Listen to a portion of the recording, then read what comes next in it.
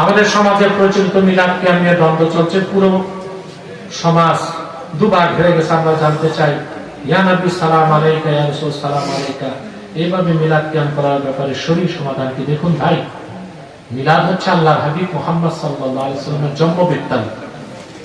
আল্লাহর হাবিব মুহাম্মদ সাল্লাল্লাহু আলাইহি ওয়াসাল্লামের জন্ম বৃত্তান্তকে মিলাদুন নবী বলা হয়। সেটা কোরআন হাদিস থেকে তেলাওয়াত করাও সওয়াব, শোনাও সওয়াব, মস্ত বড় ইবাদত।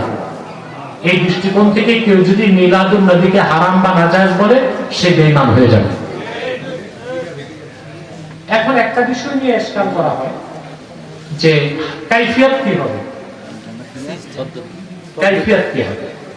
তাহলে আমি আপনাকে প্রশ্ন করি, আমরা যেভাবে তাফসীর মাহফিল করি, সাহাবায়ে কেরামের যুগে কি কাইফিয়তে হইতো? না। সাহাবায়ে কেরামের যুগে কি প্যান্ডেল হতো? না। স্টেজ হতো? ওনারা কি কোরআনের তাফসীর করতেন না? করতেন। অতএব এখন কাইফিয়ত পরিবর্তন হওয়ার কারণে যেমন তাফসীরুল কোরআন মাহফিল বেদাত হইতে পারে না, আমরা যে কাইফিয়তে পড়ছি, এই কাইফিয়ত যদি কোরআন সুন্নাহর বাইরে না যায়, তাহলে এই কাইফিয়তের কারণে শুধুমাত্র মিলাদ শরীফের মাহফিল বেদাত হতে পারে না। কথা বুঝতে পারছো? এখন আমাদের কাইফিয়তটা কি? আমাদের কাইফিয়তে কোন একটা কাজও শরীয়ত বিরোধী আছে? মানুষকে দাওয়াত করি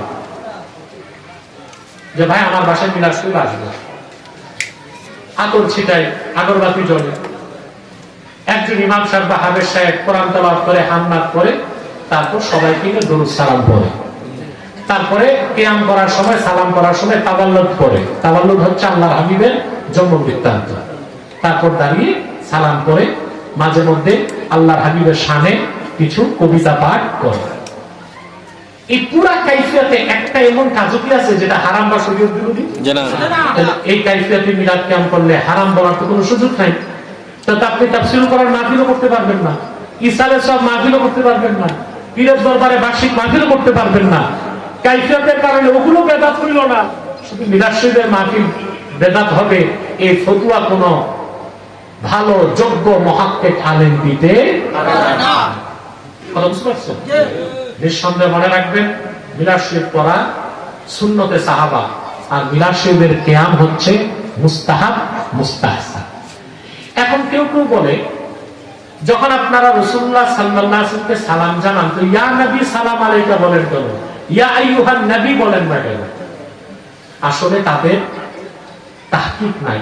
আপনারা শরহে জামি যারা পড়ছেন, তারা ওখানে পাবেন ইয়া রাজুল বলার দ্বারা ইয়া আইয়ুহাল রাজুল, এই অর্থটা প্রকাশ পায় ইয়া রাজুল বলার দ্বারা।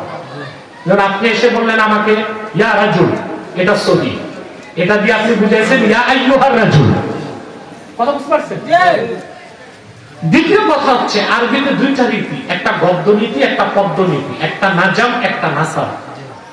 তো গদ্যের নীতি সবসময় পদ্যে চলে না, পদ্যের নীতি গদ্যে চলে না। মূলত এইভাবে পড়া যেত ইয়া নবী সালামুন আলাইহি, কিন্তু কবিতা হিসেবে পড়তে যে ইয়াটা হযফ হয়ে যায়, আর দুই তানবিন, এক তানবিন আমরা জজম করে পড়ি, হ্যাঁ, ইয়া নবী সালাম আলাইহি বা ইয়া নবী সালামুন আলাইহি। এতে নাহসরের দৃষ্টিকোণ থেকেও কোনো সমস্যা নাই। কিন্তু তারপর আপনার যদি মনে হয় এই বাক্যে সালাম দেওয়াটা বেয়াদবি, তাই বলে তার কিয়াম করাটা হারাম হয় না, বাক্যটা চেঞ্জ করেন। আপনি দাঁড়িয়ে ওইভাবে যেভাবে সালাম দিতে চান ওইভাবে দেন, হ্যাঁ, ইয়া নবী আল্লাহি সালামুন আলাইক, ইয়া রাসূলুল্লাহি সালামুন আলাইক, ইয়া হাবিবাল্লাহি সালামুন আলাইক, সালাওয়াতুল্লাহি ওয়া সালামুহু আলাইক। বাক্য চেঞ্জ করে নেন। তারপরে তো পুরা কিয়ামের আমলটাকে বেদাত বলা যাবে না, হারাম বলা যাবে না। এই ব্যাপারে আমার লিখিত ফতোয়া আছে, দেখে নেবেন। আর মনে রাখবেন